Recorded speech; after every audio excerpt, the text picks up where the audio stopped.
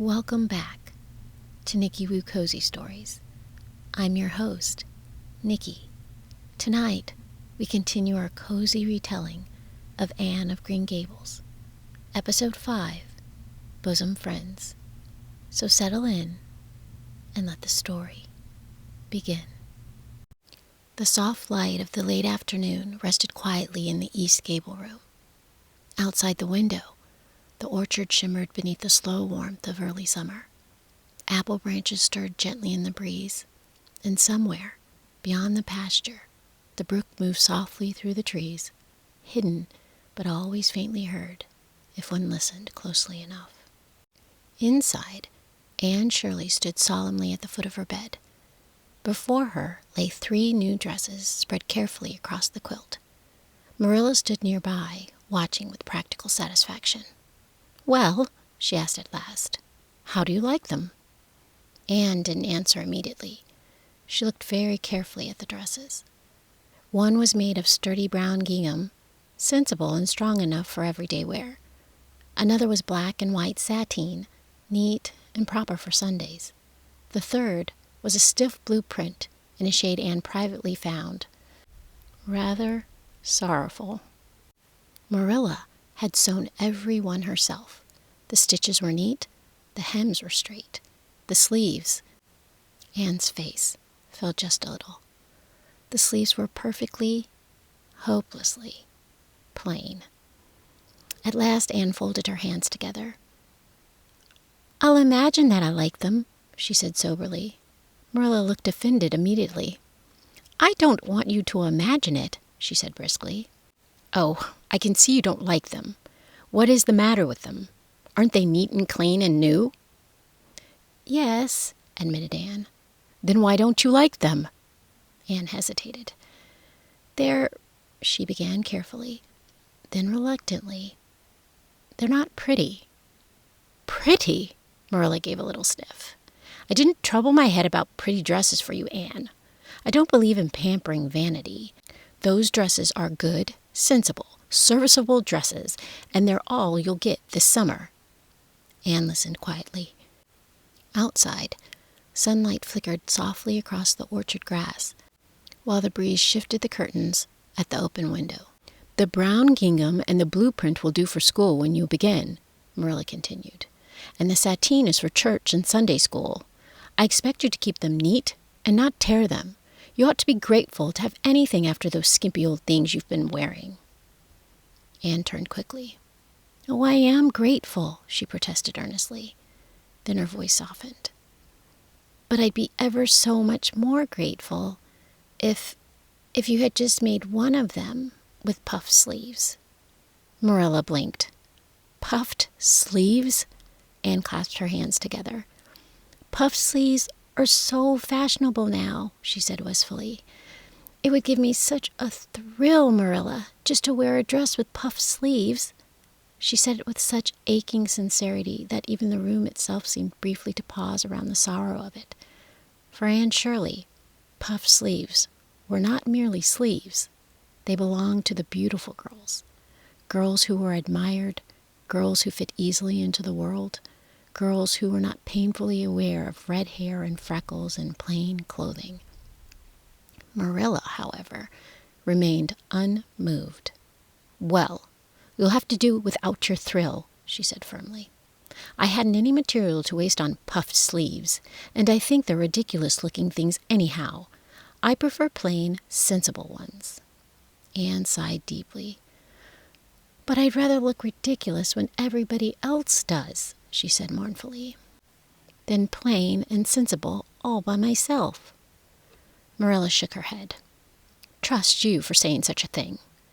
Then gathering herself back into practical matters, she added, "Well now, hang those dresses carefully in your closet, and sit down to learn your Sunday school lesson. Mr. Bell sent over a quarterly for you." Anne looked up. "I'm going to Sunday school tomorrow?" "You are," Marilla replied, "and you'd best be prepared." Marilla turned and disappeared downstairs with the brisk determination of someone who had considered the matter entirely settled. Anne remained standing quietly beside the bed. The 3 dresses lay before her. Plain, neat, and perfectly sensible. Slowly, she reached out and touched the black and white sateen meant for Sundays. "I did hope," she whispered softly to herself, "that there might be one white dress with puff sleeves." The orchard breeze drifted gently through the window. "I prayed for one," Anne admitted sadly. "Though I didn't very much expect it, I knew God was likely far too busy for a little orphaned girl's sleeves." But after a moment, her imagination, faithful as ever, quietly came to comfort her. "Well," she sighed at last, sitting carefully upon the edge of the bed, "I can imagine one of them is a white muslin." And her eyes softened dreamily, with lovely lace frills, and then, with deep satisfaction, and 3 beautiful puffs upon each sleeve. The Sunday morning dawned bright and beautiful over Green Gables. Sunlight slipped softly through the orchard trees, touching the grass with pale gold while the breeze wandered lazily through the apple branches, as though the whole world had awakened gently, without hurry. Beyond the pasture, the brook moved quietly through its familiar path beneath the fir trees. The air smelled of summer, fresh earth, wild roses, and somewhere nearby, bread cooling in the kitchen. But inside Green Gables, Anne Shirley stood before the looking-glass in considerable distress.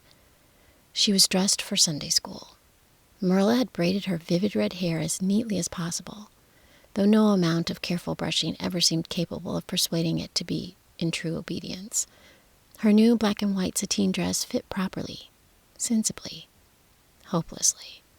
The sleeves remained as plain as sorrow itself. And then there was the hat. Anne looked at it mournfully. A practical straw hat. Perfectly respectable, perfectly dull. Marilla, suffering from one of her headaches, sat nearby with the weary patience of someone who wished only for quiet. "There now," she said. "You look perfectly nice." Anne sighed. "I suppose," she said sadly, "that nobody could possibly look romantic in a hat like this." "You're not going to Sunday school to look romantic." "No," Anne admitted, "but it would be easier to be good if one looked just a little bit beautiful." Marilla chose not to answer that. Instead, she gave practical instructions. "You'll go on ahead yourself today," she said. "My head's too bad for church." Anne's expression brightened slightly at the responsibility. "Alone?" "Yes, and when you get there, ask Miss Rachel Lynde where we sit." Anne nodded solemnly. "I shall remember. Mind your manners." "I shall try very hard. And don't go wandering off imagining things." Anne hesitated. "That may be rather difficult," she admitted honestly. Marilla gave her a look. Then, with a sigh, "Well, just do your best." Outside, the world felt too beautiful to remain entirely sorrowful. The lane stretched warmly ahead beneath the summer sun. Wildflowers nodded beside the fences, and the breeze moved softly through the trees overhead. And though Anne had begun the morning feeling deeply unfortunate about her sleeves, hope slowly returned. Sunday school. Perhaps there would be kind girls. Perhaps someone might speak to her. Perhaps someone might even become a friend. Then suddenly, Anne stopped walking. Growing cheerfully along the roadside were wild roses. Buttercups, too. Bright little pieces of summer. Anne stood very still. The hat. It was plain. Very plain. But perhaps it need not remain so. No Marilla, no practical objections. Only flowers. Beauty, possibility. Carefully Anne gathered blossoms, golden buttercups, wild roses blushing softly in the sunlight, and with deep artistic seriousness she tucked them in lovingly around the brim of her hat. When she finally paused beside the brook to admire herself in the trembling reflection, her face brightened all at once. For the first time that morning, she smiled. "Well," Anne whispered softly, "I think I look ever so much more hopeful." Then lifting her head bravely, Anne Shirley continued down the road towards Sunday school, entirely unaware that respectable Avonlea society was about to be quietly horrified. The little white Sunday school building stood quietly among the trees, bright beneath the warm morning sunlight. Children were already gathering outside in little groups, their voices drifting softly through the summer air while the breeze moved lazily through the grass beside the path. Anne paused just beyond the gate. For one uncertain moment, all her courage disappeared. The flowers on her hat suddenly felt too bright, her sleeves much too plain, her red braids much too noticeable. What if no one liked her? What if they all stared? What if every single girl in Avonlea immediately decided she was odd? Anne clasped her hands together tightly. Then, reminding herself that brave people must surely feel frightened sometimes, she walked forward. At once she saw Mrs. Rachel Lynde standing near the doorway speaking to several women. Anne remembered Marilla's instructions. Ask Mrs. Rachel where we sit. She fully intended to do so. Truly she did. But Mrs. Rachel looked busy, very busy, and besides, Anne suddenly felt shy. The sort of shyness that arises unexpectedly and settles heavily upon one, just when courage is most needed. Before she could gather herself properly, a teacher with kind but hurried manners approached. "You're Anne Shirley, aren't you?" she asked pleasantly. Anne nodded. "Yes, ma'am." "Well now, come along. We'll find a place for you." And before Anne had entirely understood what was happening, she had been led inside. The room felt warm and unfamiliar. Sunlight spilled softly through the windows in long golden shapes across the floorboards. Children sat comfortably beside friends. Whispers drifted gently between benches. Everything felt already settled. Already belonging to someone else, Anne sat very straight, very still, which for Anne Shirley required considerable effort. She looked around quietly, and then her heart sank. Puffed sleeves everywhere. White sleeves puffed softly at their shoulders, blue sleeves gathered neatly, pink sleeves with tiny ruffles, beautiful sleeves, fashionable sleeves, sleeves belonging to girls who undoubtedly fit perfectly into Avonlea without needing to imagine themselves there first. Anne looked sorrowfully down at her own. Flat, entirely flat. The old grief returned at once. For a moment, she imagined herself transformed. Dark, shining hair instead of red, a snowy muslin dress, and 3 beautiful puffs upon each sleeves. Girls smiling when she entered, someone whispering softly, "Isn't she lovely?" But imagination faded quickly. Reality remained. Freckles, red braids, perfectly sensible sleeves, and flowers. Far too many flowers. Several girls looked curiously at her hat. One whispered something to another. Anne lowered her eyes at once. Suddenly, the buttercups no longer seemed artistic, only alarming. The lessons began. Anne tried very hard to pay attention. Truly she did. But attention wandered easily when one possessed a mind inclined toward dreaming, and outside the window the trees moved softly in the breeze. Farther away, sunlight shimmered across the pond. The one Anne had already privately begun thinking deserved a far more romantic name than Barry's Pond. The teacher spoke. Children answered questions, pages turned softly, but Anne's thoughts drifted elsewhere, toward shining water, toward beautiful names, toward belonging, and toward the quiet, aching hope that perhaps somewhere in Avonlea there might be yet another lonely girl who needed a friend. When Sunday school ended at last, Anne stepped outside into the sunlight once again. No one had been unkind, but no one had really spoken to her either. And as she walked slowly home, Anne could not quite decide whether the morning had been dreadful or simply lonely. The walk home from Sunday school felt quieter than Anne had imagined it would. The summer afternoon lay warm and golden over Avonlea. Sunlight drifted softly through the trees, and the road curved gently between fields where wildflowers nodded lazily in the breeze. Other children walked together ahead in cheerful little groups, their laughter floating now and then through the stillness. Anne walked alone. No one had been unkind, not truly, but no one had spoken very much to her either. She had answered the teacher's questions properly. She had behaved exactly as Marilla had instructed.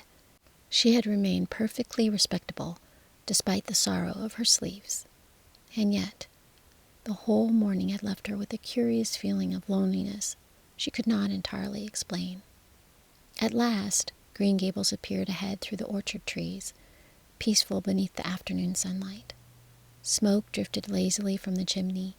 The familiar kitchen windows stood open to the breeze, and somehow, coming home felt comforting. Marilla sat near the window when Anne entered, resting quietly after her headache. "Well," she said, glancing up, "how did you like Sunday school?" Anne removed her hat carefully. "I didn't like it a bit," she said solemnly. "It was horrid." "Anne Shirley!" Marilla looked genuinely startled. Anne sighed deeply and sat down. "I behaved beautifully," she explained. "Exactly as you told me. Mrs. Rachel wasn't there, so I went in by myself and sat quietly, but Mr. Bell prayed an awfully long prayer." Marilla gave her a look. "You should have listened respectfully." "I tried to," Anne said earnestly, "but the window was beside me." This, to Anne, seemed explanation enough. "It looked over the water so beautifully," she continued dreamily, "and the sunlight fell through the white birches in such a lovely way that I kept imagining splendid things." Marilla pressed her lips together. "You shouldn't have been imagining things in church." "But the prayer wasn't talking to me," Anne said reasonably. "It was talking to God, and somehow," she hesitated thoughtfully, "it didn't really seem as though Mr. Bell was terribly interested in it either." "Anne!" Marilla sounded scandalized. Anne hurried onward. "And then Sunday school itself was disappointing." "How so?" Anne looked down mournfully at her sleeves. Everyone else had puffed sleeves. The tragedy of this seemed difficult to overstate.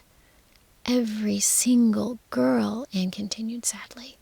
"I tried to imagine mine puffed too, but it was dreadfully hard among girls who had real ones." Marilla had made a sound of impatience. "You should have been attending to the lesson." "Oh, I knew the answers," Anne said quickly. "I answered a great many questions, though I didn't think Mrs. Rogerson was a kindred spirit." Marilla sighed. "I wish you wouldn't talk such nonsense." Anne leaned her cheek into her hand. "I suppose I am peculiar," she admitted mournfully, "and nobody talked to me very much." Something quiet settled beneath the words. For a brief moment, Marilla said nothing. Then Anne brightened suddenly. "But there was one lovely thing." "What was that?" "The pond," Anne said at once. Marilla blinked. "The pond?" "Yes, the one near the road. Calling it Barry's Pond seemed so terribly ordinary for something so beautiful." Her gray eyes brightened again. "I've decided to call it the Lake of Shining Waters." The name seemed to settle softly into the kitchen. Outside, sunlight shimmered faintly through the orchard leaves. Marilla shook her head. "You're forever imagining names for things." "I can't help it," Anne said gently. "Beautiful places ought to have beautiful names." And though Marilla only gave a small, practical sniff, she privately thought the pond had never sounded prettier. Nearly a week passed after Anne's first Sunday school experience. Life at Green Gables settled back into its quiet rhythm. The mornings filled themselves with chores. Afternoons drifted softly through the orchard beneath the warm early summer sun. And though Anne still suffered privately over the tragedy of plain sleeves, she had begun to find comfort in smaller things. The brook beyond the pasture had now been firmly renamed in her imagination. The pond near the road remained forever, to Anne, the Lake of Shining Waters. And nearly every ordinary corner of Green Gables had acquired some beautiful title of its own. Still, there were moments when the loneliness returned unexpectedly. No one at Sunday school had truly spoken to her. No particular friend had appeared. And now and then Anne found herself wondering whether perhaps Avonlea had already quietly decided that she was too peculiar to belong. It was on a warm Friday afternoon that Marilla returned home from visiting Mrs. Rachel Lynde. Anne sat at the kitchen table, hemming dish towels with deep concentration, though every few minutes she paused to gaze thoughtfully through the open window where sunlight shimmered softly through the orchard leaves. The door opened. Marilla entered, and immediately Anne sensed something was wrong. Marilla removed her bonnet with unusual briskness. Then she turned. "Anne Shirley," she said. The tone alone was enough to make Anne set down her sewing. "Yes, Marilla?" Marilla folded her hands. "Mrs. Rachel Lynde tells me you went to church last Sunday with wild roses and buttercups stuck all over your hat." Anne blinked, then looked honestly surprised. "Yes," she said. Marilla stared. "You mean to tell me," she said slowly, "you deliberately decorated your hat with flowers?" Anne looked puzzled. "Why, yes," she said. "I thought it looked pretty." Marilla sank into a chair. "Pretty?" The word sounded nearly tragic. "Anne Shirley," she said. "Didn't you know people would think such a thing ridiculous?" Anne's face changed at once. The brightness faded. "I didn't think they would," she said softly. Then after a pause, "The other girls had flowers." "Artificial flowers," Marilla replied firmly. "Respectable flowers." Anne looked stricken. "I only wanted my hat to look beautiful," she said quietly. The hurt in her voice settled into the kitchen. For a moment Marilla said nothing. Then, still trying to remain practical, "Mrs. Rachel says people were talking about it." Anne's gray eyes widened in horror. "Talking? Yes." The silence that followed lasted only a moment before Anne's expression collapsed completely. "Oh dear," she whispered miserably. Her face crumpled. "I suppose I've disgraced myself forever." Tears filled her eyes. "I always do everything wrong." "Now, Anne." "No," Anne said sorrowfully. "You ought to send me back." Marilla blinked. "Send you back?" "Yes," continued Anne tragically. "I'm a dreadful burden to you. I can see it plainly. Nobody will ever want me because I'm too strange." The tears slipped freely now. "I try very hard to behave," she whispered, "but dreadful things keep happening to me." Marilla sighed. The child could turn even flowers into catastrophe. Yet beneath the dramatics, the misery was entirely real. And suddenly, Marilla felt sorry for her. "Well now," she said more gently, "there's no use crying so over it. You didn't mean any harm." Anne looked up uncertainly. "You're not angry forever?" "Of course not." Anne gave a trembling sigh. Then Marilla, after a brief pause, said casually, "There's something else I meant to tell you." Anne looked up quickly. "Yes?" "Diana Barry came from Carmody this afternoon." For one suspended moment, Anne forgot entirely about disgrace. "A girl?" she whispered. "Yes, about your age." Hope entered Anne's face so suddenly it almost startled the room. "Oh, Marilla," she breathed softly. "Do you think she might possibly be willing to be friends with me?"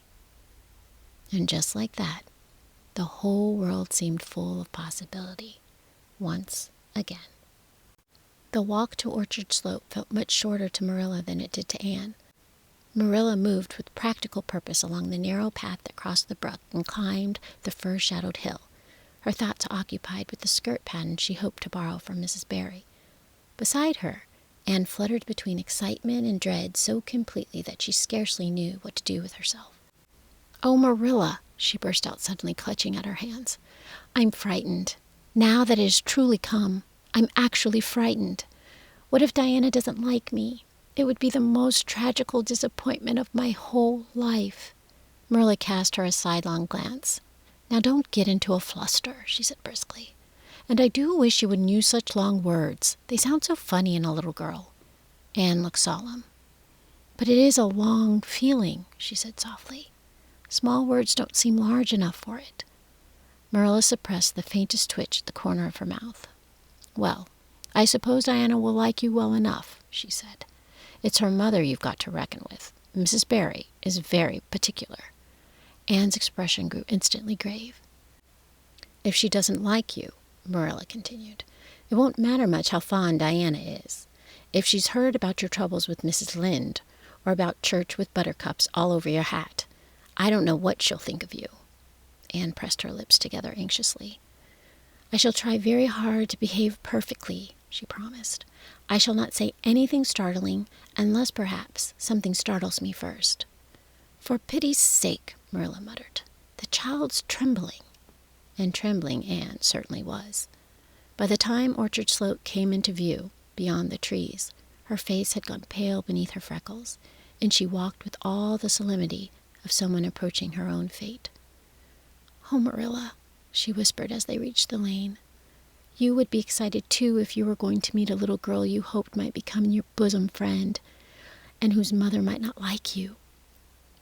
Orchard Slope stood pleasant and orderly in the soft glow of the evening. The fir trees behind the house cast long shadows over the garden, and warm sunlight lingered across the yard as though reluctant to leave. Mrs. Barry answered Marilla's knock at the kitchen door.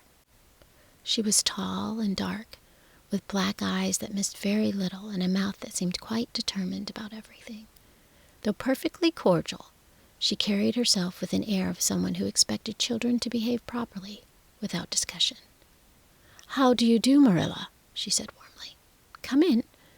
And this must be the little girl you adopted, I suppose." "Yes, this is Anne Shirley," Marilla replied. Anne stepped forward quickly. "Spelled with an E," she said earnestly, breathless with importance. Though frightened and as excited as she was, she could not allow there to be a misunderstanding on so serious a matter.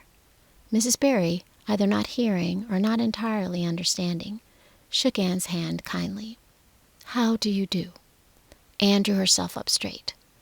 "I am well in body," she said gravely, "although considerably rumpled up in spirit. Thank you, ma'am." Then leaning slightly towards Marilla, in an anxious whisper that was not nearly so quiet as she intended, she added, "There wasn't anything startling in that, was there, Marilla?" Before Marilla could answer, Anne's attention shifted. A little girl had risen from the sofa, where she had been reading. She had dark hair and bright black eyes like her mother's, rosy cheeks, and the sort of merry expression that made one feel instantly hopeful. The book had slipped forgotten into her lap as she stared shyly at the stranger. "This is my little girl, Diana," Mrs. Barry said. "Diana, perhaps you might take Anne into the garden and show her the flowers." The two girls looked at one another uncertainly. Outside, the garden waited in the soft gold of the late afternoon. Sunlight streamed between the old firs, touching winding paths and flowers that spilled over their borders in every color imaginable. Bees hummed lazily among the blossoms, and somewhere, leaves whispered softly overhead. For one quiet moment, Anne almost forgot to be frightened. "Oh, Diana," she breathed at last, clasping her hands together, "do you think you could like me a little? Enough to be my bosom friend?" Diana laughed softly. Diana always laughed before she spoke. "Why, I guess so," she said frankly. "I'm awfully glad you've come to Green Gables. It'd be splendid to have somebody to play with." And just like that, something inside Anne seemed to unfold like a flower turning towards the sunlight. "I think," she said very solemnly, "this may be the beginning of a beautiful friendship." Diana laughed. Diana always laughed before she spoke. "Why, I guess so," she said frankly. "I'm awfully glad you've come to live here at Green Gables. It will be splendid to have somebody to play with. There isn't another girl who lives near enough." Anne clasped her hands together. "Oh," she breathed, "do you really, truly think that you could be my bosom friend?" "I suppose so," Diana said with a smile.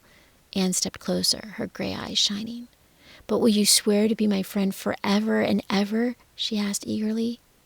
Diana stared. "Why, it's dreadfully wicked to swear," she said rebukingly. Anne blinked in alarm. "Oh, no, not that kind of swearing," she hurried to explain. "There are two kinds, you know." Diana looked doubtful. "I never heard of but one kind." "There really is another," Anne assured her gravely. "And it isn't wicked at all. It only means vowing and promising solemnly." That seemed to relieve Diana considerably. "Well," she said, "I don't mind doing that. How do you do it? Anne became instantly solemn. We must join hands, she explained. And truly it ought to be over running water, but we shall simply imagine this path is running water. The matter felt too important for haste. The late afternoon sunlight lingered warmly over the garden as the two little girls stood facing one another among the flowers. Bees drifted lazily nearby, and somewhere in the trees the wind moved softly through the branches. Anne took Diana's hands in her own. I shall say it first, she declared gravely. Drawing herself up with deep seriousness, she began. I solemnly swear to be faithful to my bosom friend Diana Barry, as long as the sun and the moon shall endure. Diana repeated the oath with a shy laugh before and after. But when it was done, she looked at Anne thoughtfully. You're a queer girl, Anne, she said frankly. I heard before that you were queer, but I believe I'm going to like you real well. Something warm and shining seemed to settle over Anne's whole heart. Nobody had ever spoken words half so precious to her. The evening passed much too quickly after that. When at last it was time to leave, Diana walked home with Anne and Marilla as far as the log bridge. The two girls went arm in arm, already full of plans and promises, stopping every few steps because one or the other had remembered something important still left unsaid. At the brook, they parted reluctantly. We must see each other tomorrow, Anne insisted earnestly. We will, Diana promised. Then, with many goodbyes and assurances of everlasting friendship, they finally turned away. Well, Marilla said, as they climbed back towards Green Gables, did you find Diana a kindred spirit? Anne gave a long sigh of complete happiness. Oh, yes, she breathed, blissfully unconscious of any trace of teasing in Marilla's voice. Oh, Marilla, I am the happiest girl on Prince Edward Island this very moment. And after that, Anne could scarcely stop talking. Words tumbled from her as quickly as thoughts arrived. Diana and I are going to build a playhouse in Mr. William Bell's birch grove tomorrow, she announced. Can I have the broken pieces of china in the woodshed? Diana's birthday is in February and mine is in March. Don't you think that is a very remarkable coincidence? Marilla listened in patient silence while Anne hurried onward. Diana is going to lend me a book to read, Anne continued joyfully. She said it's perfectly splendid and tremendously exciting, and she's going to show me a place in the woods where the rice lilies grow. She paused only long enough to draw a breath. Do you think Diana has very soulful eyes? She asked dreamily. I wish I had soulful eyes. The lane stretched gently before them in softening evening light as Anne continued pouring out her happiness. Diana is going to teach me a song called Nellie and the Hazel Dell, she said. And we have agreed to call the spring down by the log bridge the Dryad's Bubble. Isn't that a perfectly elegant name? A dryad is a sort of grown-up fairy, I think. Marilla shook her head with a mixture of amusement and resignation. Well, she said, all I hope is you won't talk Diana to death. Then, more practically, remember, in all your planning, Anne, you are not going to play all the time. You'll have your work to do first. But even Marilla's sensible warning could not quite dim the happiness glowing from inside Anne. For the first time since coming to Green Gables, the world felt wonderfully full of possibility. Anne's cup of happiness already felt impossibly full. Yet somehow, before the evening ended, it overflowed. The sun had nearly slipped away when Matthew returned from Carmody. He came into the kitchen with the quiet, hesitant manner that always seemed to belong especially to him, as though he hoped not to trouble anyone merely by entering the room. There was a faint awkwardness about him that evening. He lingered near the door for a moment, one hand tucked uncertainly into his coat pocket. Anne, still glowing from all the happiness of the day, looked up immediately. Matthew shifted a little and cleared his throat. Then, with an almost sheepish expression, he pulled out a very small parcel, wrapped in brown paper, and held it out toward her. I heard you say you like chocolate sweeties, he said quietly, so I got you some. For one startled second, Anne simply stared. No one had ever remembered such a small wish of hers before. Her eyes widened. Oh, she breathed. The word came softly at first, almost reverently, as though she scarcely trusted herself to believe it. For me? Matthew nodded, suddenly very interested in looking anywhere except directly at her. Marilla glanced over from her work with immediate disapproval. She sniffled. It'll ruin her teeth and stomach. Matthew looked faintly uncomfortable, but Marilla's voice softened, just a little. There, child, she added. Don't look so dismal. You can eat them since Matthew has gone and bought them. Then, with practical firmness, he'd done better to have bought peppermints. They're wholesomer.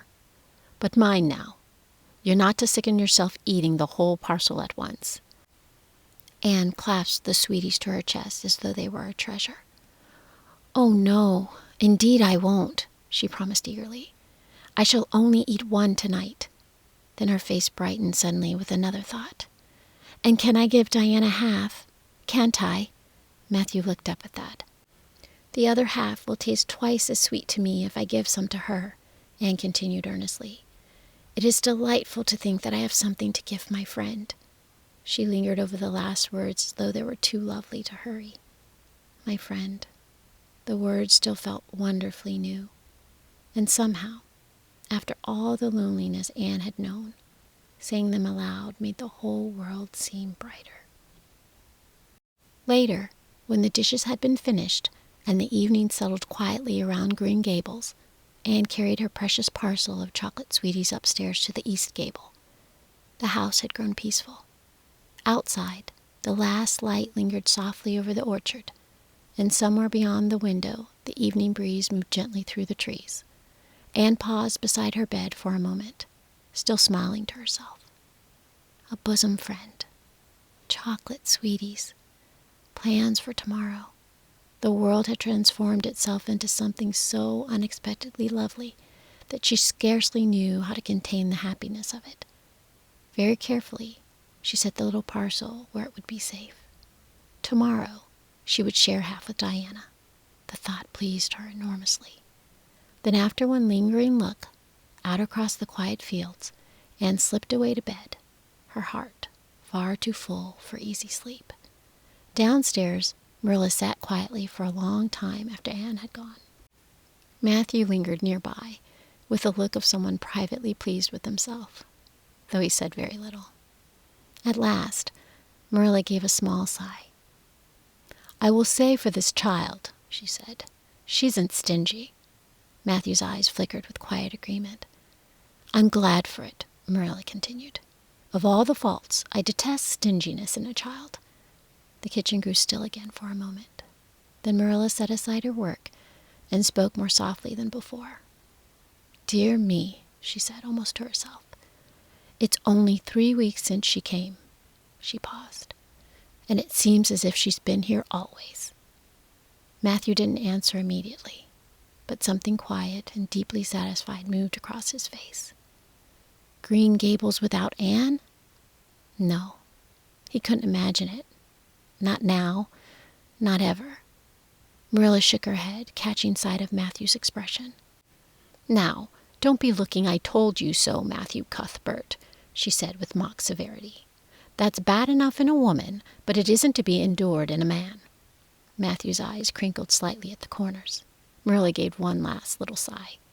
I'm perfectly willing to own that I'm glad and I'm contented to keep this child, she admitted, and that I'm growing fond of her. Outside, the night settled softly over Green Gables, and upstairs in the east gable, Anne Shirley slept beneath its roof, already, though scarcely anyone wished to say it out loud, becoming part of the home itself. And now, Green Gables grows quiet once more. The orchard rests beneath the evening sky, the brook moves softly through the shadows beyond the pasture, and the trees whisper gently into the cooling night air. Inside the little house upon the hill, the lamps have grown dim. The kitchen sits peaceful after the day's small joys, and upstairs in the east gable room, a girl with bright imagination and hopeful dreams has finally fallen asleep.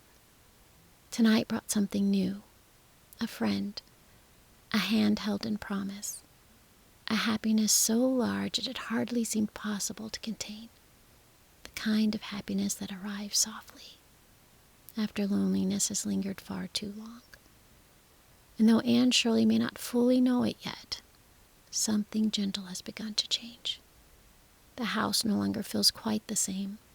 The orchard paths feel less lonely, and Green Gables, little by little, is becoming home. Tomorrow will bring new adventures, new mistakes, perhaps, new imaginings, certainly. But for now, the evening is quiet. The world feels kind. And somewhere beneath the moonlit sky of Avonlea, two girls are already dreaming of gardens, playhouses, and the beginning of a friendship that feels wonderfully endless. So let the quiet settle gently around you. Let the worries of the day grow distant, and rest here a while. Sleep now. You are safe. You are loved. And you have been listening to Nikki Woo Cozy Stories, created by Nicole T. Woodard.